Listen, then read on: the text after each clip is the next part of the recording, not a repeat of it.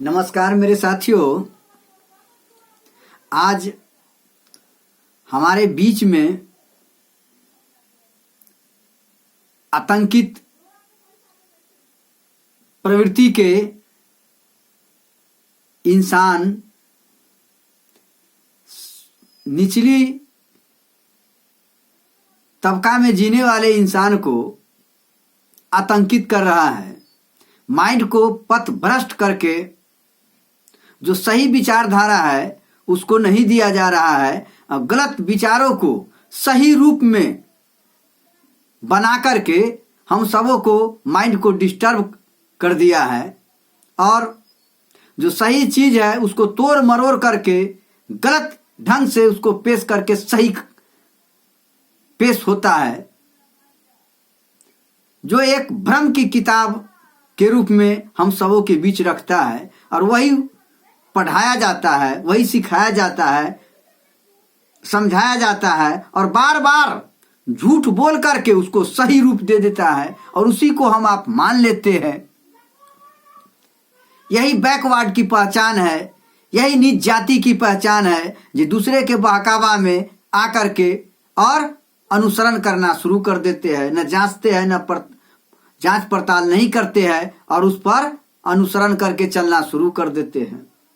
बार बार ठगे जाते हैं, न जाने कितने बार ठगाए और ठगाते रहेंगे। आज हम सबों को ब्रेन को वाश करके भर दिया गया है कि अंग्रेज देश प्रशासन करता था, कठिन सजा का प्रावधान था, भारतीयों को कुचल करके रख दिया, हर तरह से आर्थिक, शारीरिक, मानसिक प्रताड़ना देता था और भारतीयों को खूब लूटा। यहां से लूट करके सोने के चिड़िया कहलाने वाले देश को लूट करके अपने देश अंग्रेज ले गए। ये सब थूथी दलील विचारों को जन्म दिया, जो हम सबको पहले जो शीर्षस्थ नेता सब था सवर्ण जातियों में, वो गलत र्यूमर उठा करके हम सबों को माइंड को वाश कर दिया, गलत विचारों को पनपाया, सही विचारों को रखा नहीं। अरे यार, अंग्रेज नहीं आता तो हम सब शिक्षित नहीं होते, विद्यालय स्कूल का नसीब नहीं होता। हमेशा सवर्ण ने वंचित समाज के दृष्टि से देखा है। किसी पोखर में, किसी तालाब में पंछी पानी पी लेता था, गाय भैंस जाकर के उसमें पैखाना कर देता था तो वह अछूत नहीं होता था, लेकिन हरिजन कैटेगरी का जो मानव था वो वहां जा नहीं सकता था। कुआं तो छोड़िए, तालाब पर भी नहीं जा सकता था, उससे वो अछूत हो जाता था, भ्रष्ट हो जाता था, पानी छुआ जाता था। इस तरह का विचारों को जन्म दे दिया। उसके लिए कोई तुम सबको दिमाग नहीं है, लेकिन अंग्रेज के बारे में केवल वो गलत बात पढ़ाया, इसीलिए अंग्रेज के प्रति हम सब घृणा कर बैठते हैं। अरे अंग्रेज नहीं होता तो भीमराव का बाप भी हम सबको नहीं बनने देता। भीमराव क्या कर लेता? भीमराव का दिमाग का उपज अंग्रेज का दिया हुआ है। उन्हीं के यूनिवर्सिटी में पढ़ा, उन्हीं के विचारों में पला पसाया और सारा संस्कार उन्हीं को लेकर के आज हम सबको आगे बढ़ाया है। तो आप कहते हैं अंग्रेज गलत है। जानते हैं 1813 में ब्रिटिश सरकार ने कानून बनाकर शिक्षा ग्रहण करने का सभी जातियों और धर्मों के लोगों को अधिकार दिया था। 1813 में ब्रिटिश सरकार, उससे पहले नीचे तबके को पढ़ने का कोई राइट नहीं था।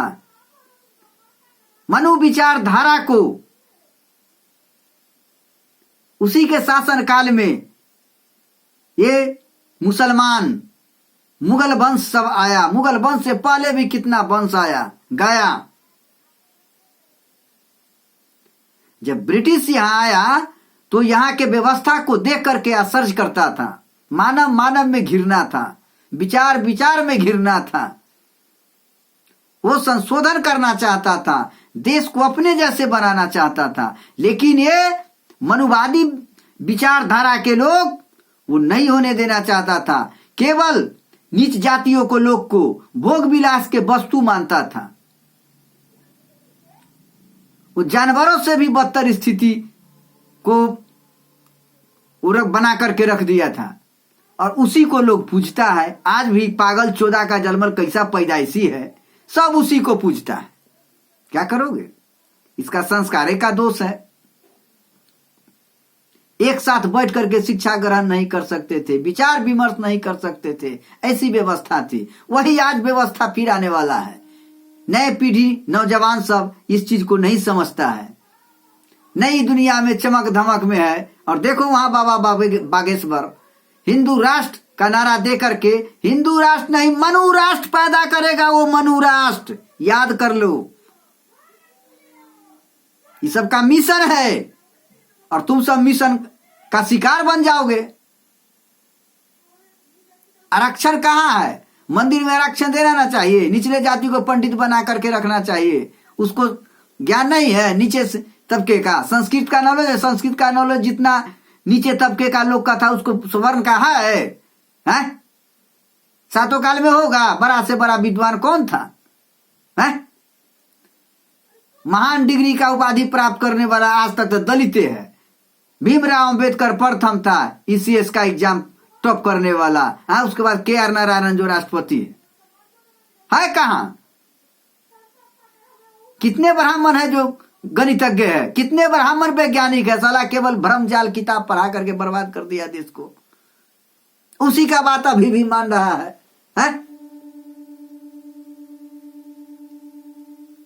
अंग्रेज को शिकायत करता है।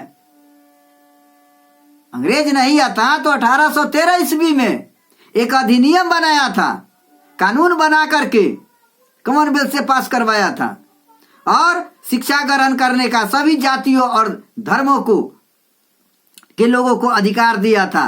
1813 ईस्वी में ही दास प्रथा को अंत किया था। जिसके यहाँ खटता था दो पैसा 4 पैसा में खटता था, 1 पैसा 2 पैसा देता था। जीवन भर खटते रहो जानवर के तरह, बैल के तरह तुमको लाद दिया जाता था, गाड़ी चढ़ा दिया था, ले जाओ बहंगी टांग करके ले जाओ, डोली उठा करके ले जाओ, कहरवा को पैदा करो, डोमा को पैदा करो। इस तरह का विचार मनुवादी व्यवस्था में पैदा हुआ था और उसी को तुम लायक है। तुम अपने अधिकार और कर्तव्य को नहीं समझता है। तुम्हारे लिए कितना पीढ़ी जल करके चलेगा लेकिन उसका कोई प्रभाव अभी तक तुम सब पर नहीं पड़ा है। 1817 में समझ गए ना? 1817 में समान नागरिक संहिता कानून बनाया गया था।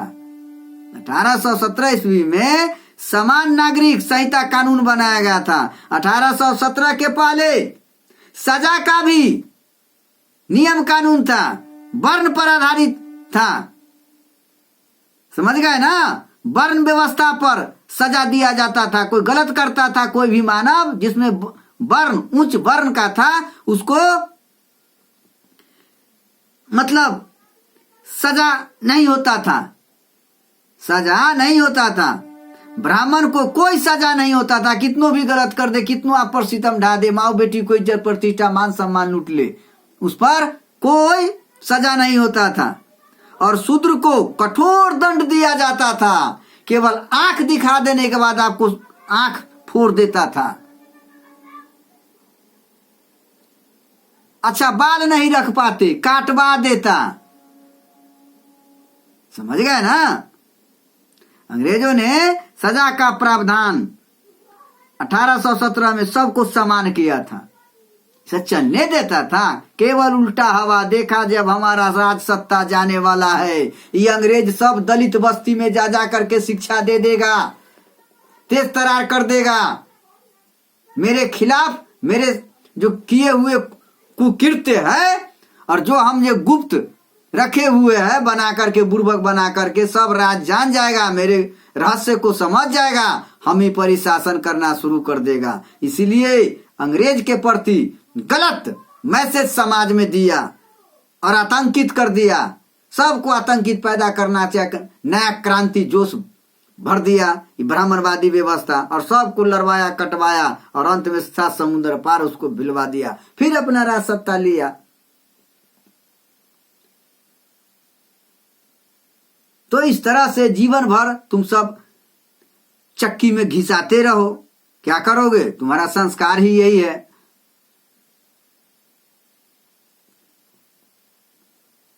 अठारह 1819 में जानते हैं शुद्धिकरण क्या व्यवस्था था? शुद्धिकरण व्यवस्था 1819 में अधिनियम 7 द्वारा ब्राह्मणों द्वारा शूद्र स्त्रियों के शुद्धिकरण पर रोक लगाई। कोई भी स्त्री होता था जब जवान होती थी तो उसको शुद्धिकरण करने के लिए ब्राह्मण अपना घर बुलाता था, उसको रखता था 4 रात, महीना महीना रोज उसको शुद्ध करता था, उसको गर्भ ठहरा देता था, बच्चा पैदा कर देता था, वही शुद्ध होता था। है जो गोरा गोरा बच्चा होता था उसको ब्राह्मण, क्षत्रिय, कास्ट, सवर्ण में रखा जाता था। जो नीचे काला कलूठा झावर होता था उसको हरिजन, दलित, इस तरह के श्रेणी में, कैटेगरी में बांट दिया जाता था। समझे ना? शूद्रों की शादी होने पर दुल्हन को अपने यानी दूल्हे के घर न जा करके, समझ गए ना, उसको घर भेजा जाता था। हाँ, और 4 दिन के बाद लाता था, उसी को चौठारी बोलते हैं। 4 दिन लेस लेता था, शुद्ध करता था, शुद्धिकरण पड़ता था। हाँ, जे बाबा ब्राह्मण जो है जे छू देंगे ना तो स्वर्ग लोक में होगा, स्वर्ग की अप्सरा बन जाएगी। वो स्वर्ग को की अप्सरा बना करके दूल्हा को देता था। यही ब्राह्मणवादी मनुवादी व्यवस्था था। समझे ना? कितना खोल करके कहे। हैं? इसको समझिए और सावधान हो जाइए, सतर्क होइए, अपने पीढ़ी को नॉलेज दीजिए। अच्छा लगेगा तो इस वीडियो को शेयर कीजिए अपने अपने क्षेत्र में, ताकि हर नई पीढ़ी पढ़ करके इस चीज को समझे, विचार विमर्श करे, संशोधन करे। जय हिंद, जय भारत।